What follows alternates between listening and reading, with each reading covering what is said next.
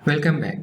तो चलिए आज की हम अपनी इस वीडियो में ये देख लेते हैं कि एज़्योर डेवऑप्स में हमने अपना ट्रायल अकाउंट किस तरह से क्रिएट करना होता है और उसके बाद यहाँ पर हम अपनी एज़्योर रेपो किस तरह से क्रिएट करेंगे और इसको हम अपनी लोकल मशीन पर किस तरह से कॉल कर सकते हैं। तो उसके लिए फ़र्स्ट ऑफ ऑल हम अपना ब्राउज़र ओपन कर लेते हैं। ब्राउज़र ओपन करने के बाद फर्स्ट ऑफ ऑल हमने यहाँ पर अपने dev.azure.com को ओपन करना है। जैसे कि हम अपना फ्री ट्रायल अकाउंट यहाँ पर क्रिएट करने जा रहे हैं तो इसके आगे हम /free टाइप कर देंगे। फर्स्ट ऑफ ऑल ये आपसे आपके क्रेडेंशियल्स रिक्वायर करेगा। यहाँ पर आपने अपने ईमेल आईडी दे देना है। ईमेल आईडी देने के बाद आपने इसको यहाँ पर लॉगिन कर लेना है। उसके बाद यहाँ से वो आपका नेम रिक्वायर कर रहा है, आप यहाँ पर अपना नेम दे देंगे। आपका ये ईमेल आईडी आ गया जो आपने अभी वहाँ पर उसको प्रोवाइड किया है। और तो यहाँ से आप डिफरेंट चूज़ कर सकते हैं। बाय डिफ़ॉल्ट यहाँ पर यूनाइटेड स्टेट्स सिलेक्टेड है, इसके अलावा आप चूज़ कर सकते हैं अपना कंट्री भी। ये चूज़ करने के बाद आपने सिंपल कंटिन्यू पर क्लिक करना है और आपके पास कुछ इस किस्म का एरर पेज डिस्प्ले होगा। यहाँ पर आपने सिंपल हेयर पर क्लिक कर देना है तो ये आपको एज़्योर डेवऑप्स के डैशबोर्ड पर लेकर चला जाएगा। तो फर्स्ट ऑफ ऑल हमने यहाँ पर अपनी ऑर्गेनाइजेशन क्रिएट करनी होती है। उसके लिए हम यहाँ पर क्रिएट न्यू ऑर्गेनाइजेशन पर क्लिक करेंगे। ये हमने very first time step perform करने, उसके बाद हमें इन स्टेप्स की ज़रूरत नहीं होती। उसके बाद हम सिंपली अपने ईमेल आईडी से यहाँ पर लॉगिन करेंगे और अपने यहाँ पर ऑर्गेनाइजेशन के अंदर जाकर अपनी रेपोज को यूज़ कर सकते हैं। सिंपल मैं इसको कंटिन्यू कर रहा हूँ और ऑर्गेनाइजेशन का नेम वो यहाँ पर ITN Demo 002 दे रहा है। अगर आप इसको चेंज करना चाह रहे हैं, लेट्स से मैं इसको सिंपल ITN Demo देना चाह रहा हूँ, वो दे सकते हैं। और यहाँ पर हम अपना डाटा सेंटर सिलेक्ट कर लेंगे जहाँ पर ये जाकर क्रिएट होगी। तो यहाँ पर आपके पास लिमिटेड से डाटा सेंटर्स हैं जहाँ पर आपको माइक्रोसॉफ्ट एज़्योर ये फैसिलिटी प्रोवाइड कर रहा है। तो हम US को ही रहने देते हैं। उसके बाद आपने ये कैप्चा फिलअप करना है।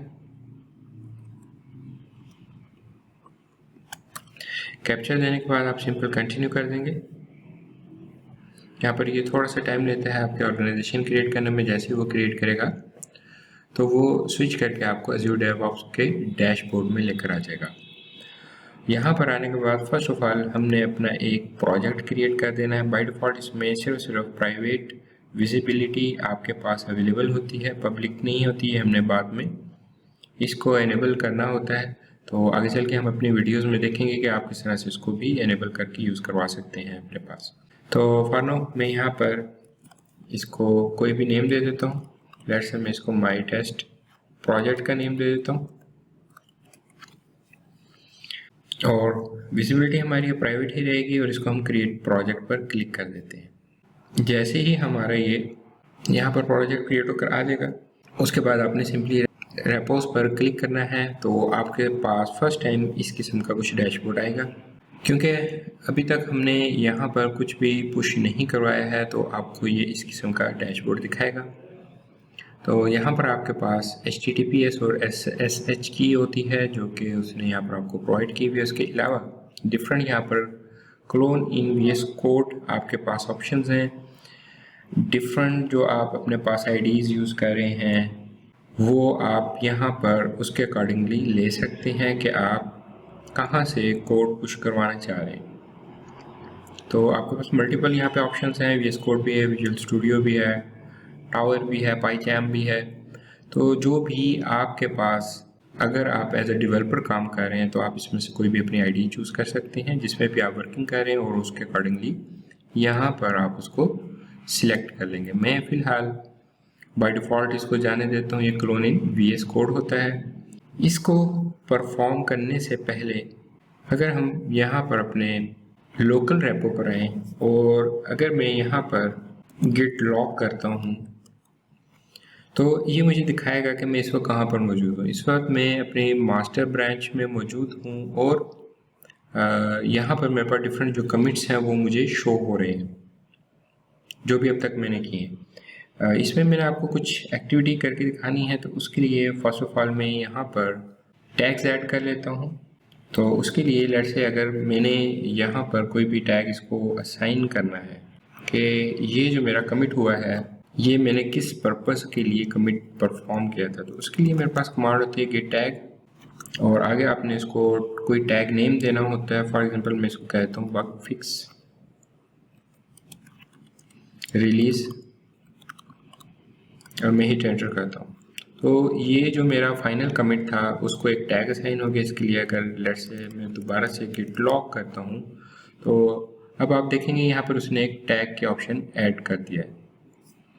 सिमिलर मैं काम ये करता हूँ कि एक न्यू फाइल यहाँ पर क्रिएट कर लेता हूँ। लेट्स से मैं इसको इको के कमांड से यहाँ पर फाइल ऐड करवा देता हूँ।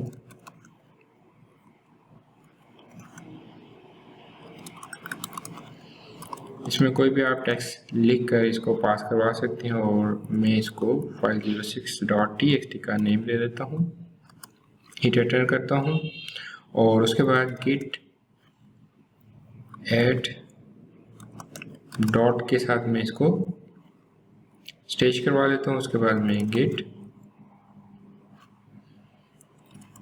commit -m और मैसेज में इसमें पास कर देता हूँ फाइल 06 एडिट और हिट एंटर करते हैं। और अगर मैं दोबारा से गिट लॉग करूं तो यहाँ पर आप देख सकते हैं सो जो मेरा हेड है वो यहाँ पर मौजूद है और टैग वाला जो मेरा हेड है वो नीचे आ चुका है क्योंकि मैं एक कमिट ऊपर जा चुका हूँ। क्यों करके मैं बाहर आ जाऊँगा और लेट से मैं इसको भी एक टैग असाइन कर देता हूँ और इसको मैं नाम दे देता हूँ गिट टैग और इसको मैं माइनर रिलीज का नेम दे देता हूँ।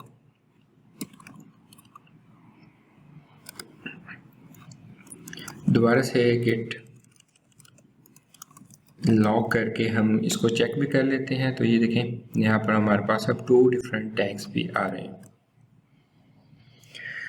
अब मैंने काम ये करना है कि जो मैंने अपने पास यहाँ पर Azure DevOps में अपनी एक रेपो क्रिएट की है उसको मैंने यहाँ पर कॉल करना है। उसके लिए सिंपली हम इसका ये जो है HTTPS कॉपी कर लेंगे। HTTPS कॉपी करने के बाद आपने वापस अपने गिट बैश पर आ जाना है। इसको मैं क्लियर कर देता हूँ और यहाँ पर हमारी जो कमांड होगी वो होगी गिट रिमोट ऐड और उसके बाद -t टैग देंगे हम मास्टर का, मास्टर को हम करना चाह रहे हैं और ओरिजिन हम इसको बता देंगे और यहाँ पर हमने अपने वो HTTPS लिंक पेस्ट कर देना है और हिट एंटर करना है।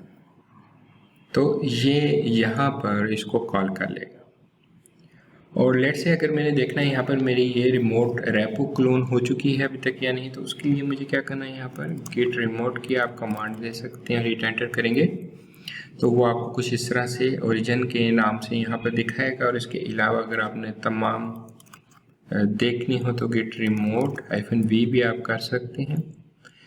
गिट रिमोट -v करने से 2 लिंक यहाँ पर आपको शो करवा रहा है, एक आपके पास फेच है और दूसरा पुश है। ये एक्चुअल में हमारे पास कुछ क्लोन टाइप्स होती हैं। लेट से मैं आपको थोड़ा सा क्लोन टाइप्स के हवाले से यहाँ पर ब्रीफ कर दूँ कि 3 टाइप्स ऑफ हमारे पास क्लोन्स होते हैं यहाँ पर जो हम प्रोडक्शन इन्वायरमेंट में यूज़ कर रहे होते हैं, ताकि आपको इन चीज़ों का आइडिया हो जाए। उसके बाद फिर हम इसमें अपनी जो लोकल रेपो है जिसमें भी हमने टैग्स ऐड किए उसको हम पुश करवाएंगे और यहाँ पर हम देखेंगे हमें वो कैसे मिलती है। उसके लिए हम अपने नोटपैड पर आ जाते हैं और यहाँ पर हम क्लोन टाइप्स के हवाले से बात कर लेते हैं। तो जैसे कि मैंने आपको बताया हमारे पास 3 डिफरेंट टाइप्स होती हैं। आपके सामने जो 2 दिखा रहा था, एक गिट क्लोन है हमारे पास। गिट क्लोन का जो पर्पज़ है वो एक्चुअल में ये है कि जब आपने कंप्लीट रेपो कोई भी अपने लोकल मशीन पर कॉपी करनी हो तो उसके लिए आप गिट क्लोन की कमांड यूज़ करेंगे। तो इसको हम ये कह सकते हैं कंप्लीट हमारे पास मिरर कॉपी होती है आपकी रेपो की, जो कि आपकी कहीं पे भी हो सकती है। जैसे हमने यहाँ पर इसको Azure रेपो से क्लोन किया है, बट इसमें होता है कुछ इस तरह से। फॉर एग्जांपल अगर आपके पास डिफरेंट टीम्स एक प्रोजेक्ट पर काम कर रही हैं और आपके पास कुछ कमिट्स होते जा रहे हैं, लेट्स से आपने मास्टर को यहाँ पर क्लोन किया या आपने अपनी डेव ब्रांच को यहाँ पर क्लोन किया, तो उसमें आपके जो फर्दर मेंबर्स हैं या टीम्स हैं वो भी आपकी डेव ब्रांच में काम कर रही हैं और वो कमिट्स करवा रही हैं फ्रॉम योर टीम लीड। तो उसमें आज आपने आकर जब इसको क्लोन किया है, आज तक का तो आपका डाटा मौजूद है, लेकिन शाम तक जितने भी कमिट्स होंगे या उसके वेरी नेक्स्ट डे जितने कमिट्स होंगे वो आपके पास नहीं आएंगे। तो फिर उसका सेकंड वे क्या है आपके पास कि आप इसमें गिट पुल की कमांड यूज़ कर लेते हैं। गिट पुल बेसिकली क्या करता है कि वो जितने भी आपके पास, फॉर एग्जांपल आज के टोटल डे में जितने भी कमिट्स हुए हैं, नेक्स्ट डे अगर मॉर्निंग आकर आप उसको गिट पुल के थ्रू चेक करेंगे तो जितने भी उसमें इंक्रीमेंटल चेंजेस होंगे वो तमाम की तमाम आपके पास ले आकर ऐड करवा देगा। और थर्ड इसमें हमारे पास होती है गिट फैच। गिट फैच क्या करती है, फॉर एग्जांपल आपके इस ब्रांच में काफ़ी सारे कमिट्स हुए हैं बट आपको वो सारे कमिट्स नहीं चाहिए, वो आपके रिगार्डिंग नहीं है, उसमें से कोई एक दो कमिट्स हैं जो आपके काम के हैं और वो चाहते हैं आप यहाँ पर उसको यूज़ करवा सकें। तो उसके लिए हम यहाँ पर गिट फैच की कमांड को यूज़ करते हैं। इसको हम कह सकते हैं कि कोई भी आपने स्पेसिफिक चेंज अगर यहाँ पर लेकर आनी है उसके लिए गिट फैच की हम यहाँ पर कमांड को यूज़ करेंगे। तो जैसा कि यहाँ पर हमने देखा है फैच और पुश टू डिफरेंट कमांड्स दिखा रहा था आपको, तो हमने तीनों कमांड्स के बारे में देख लिया। अब इसमें आगे लेट से जैसे पुश की कमांड का कह रहा है, पुश कमांड होती है आप जब लोकल से रिमोट रेपो पर अपना जितना भी डाटा है उसको पुश करवाना चाह रहे हैं, उसके लिए हम पुश कमांड को यूज़ करेंगे। और इसमें मैं एक और कमांड ऐड कर देता हूँ जिसके लिए मैंने टैग्स वहाँ पर दिए हैं, गिट पुश टैग की यहाँ पर कमांड हमने आगे चल के यूज़ करनी है। तो वापस आते हैं हम अपनी गिट बैश की स्क्रीन पर और यहाँ पर हम लेट से गिट पुश की कमांड अब रन करके देख लेते हैं। और जैसे ही मैंने यहाँ पर अपनी गिट पुश की कमांड रन की है उसने मुझे एक फैटल एरर थ्रो किया है जिसमें वो मुझे गाइड कर रहा है the current branch master has no upstream branch, के अभी फ़िलहाल आपके पास यहाँ पर कोई भी ब्रांच मौजूद नहीं है।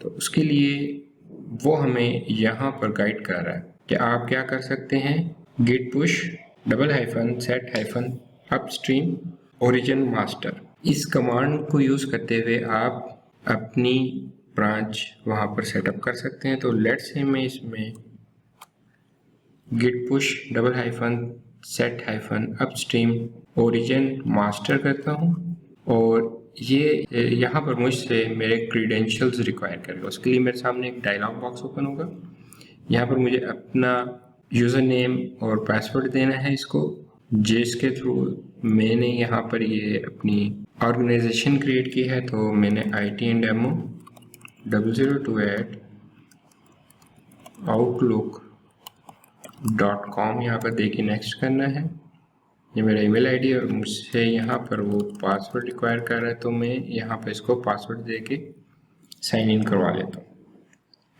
तो देखें जैसे ही मैंने अपने क्रेडेंशियल्स इसको प्रोवाइड किए, इसने फौरी तौर पे मेरी सारी फाइल्स वहाँ पर पुश करवा दी हैं। अब लेट से मैं यहाँ पर आकर इसको रिफ्रेश करूँगा तो अब ये देखें मुझे मेरी तमाम फाइल्स शो करवा रहा है, प्रोजेक्ट का नेम आ रहा है टॉप पर, यहाँ पर मेरी तमाम फाइल्स शो हो रही हैं। इसी तरह से कंटेंट्स में भी मेरी तमाम फाइल्स शो हो रही हैं और टॉप पर अगर आप यहाँ पर देखें फाइल्स के ऊपर तो वो मास्टर के नाम से यहाँ पे आपको शो करवा रहा है। इट मीन्स कि उसने अपस्ट्रीम मास्टर यहाँ पर आपका सेटअप किया है और आगे वो आपको बता रहा है कि ये डिफ़ॉल्ट है और इसमें वो आपको नीचे जितनी भी फाइल्स हैं वो तमाम की तमाम दिखा रहा है। सिमिलर अगर आप हिस्ट्री पर क्लिक करेंगे तो यहाँ पर आपको उसकी कमिट हिस्ट्री कंप्लीट शो करवाएगा। ये सेम आपकी हिस्ट्री है जो कि यहाँ पर क्रिएट हुई थी, वो भी सारी आपकी यहाँ से पुश होकर आपकी इस रिमोट रेपो पर आ चुकी है। तो आप इसको हिस्ट्री को यहाँ से भी देख सकते हैं, इसके अलावा कमिट्स पर आएंगे और यहाँ पर भी आप इसको सेम चीज़ों को देख सकते हैं। इसमें टू डिफरेंट थिंग्स होती हैं, आपके पास एक ग्राफ होता है, दूसरा आपके पास कमिट्स होते हैं जो कि आपने जिस टाइम में किए होते हैं वो सारी इन्फॉर्मेशन यहाँ पे आपको दे रहा होता है। और ये आपका लोकल यूज़र है, उसका यहाँ पर नेम डिस्प्ले हो रहा है, टाइम आ रहा है किस टाइम में उसने ये कमिट्स परफॉर्म किए थे। और अगर आपको एक ग्राफ यहाँ पर नहीं चाहिए, जबकि ये बहुत ज़्यादा इंपॉर्टेंट है हमारे पास यहाँ पर, तो आप यहाँ पर इसको ऑन पर क्लिक करेंगे तो आपका एक ग्राफ यहाँ से रिमूव हो जाएंगे, दोबारा क्लिक करेंगे तो ये वापस आ जाएगा। तो इस तरह से आप अपनी किसी भी लोकल रेपो को Azure DevOps में रेपो में लेकर आ सकते हैं और उसके थ्रू आप यहाँ पर अपनी जो भी चीज़ें हैं वो कंट्रोल कर सकते हैं। बट अगर हम यहाँ पर टैग्स में आते हैं, यहाँ पर आकर देखेंगे तो उसने हमारे यहाँ पर टैग्स पुश नहीं करवाए, जैसे कि हमने यहाँ पर अपने टैग्स उसमें ऐड किए थे। लेट्स से अगर मैं दोबारा git log की कमांड रन करता हूँ तो यहाँ पर हमारे पास 2 डिफरेंट टैग्स मौजूद थे, बट ये उसने वहाँ पर पुश नहीं करवाए। तो जैसे कि मैंने आपको यहाँ पर गाइड किया कि हमें उसके लिए भी यहाँ पर कमांड रन करनी है, तो उसके लिए हम अपनी कमांड रन कर देते हैं। हम वापस अपने git bash पर आते हैं और यहाँ पर हम git push -टैग की कमांड देंगे और हिट एंटर करेंगे।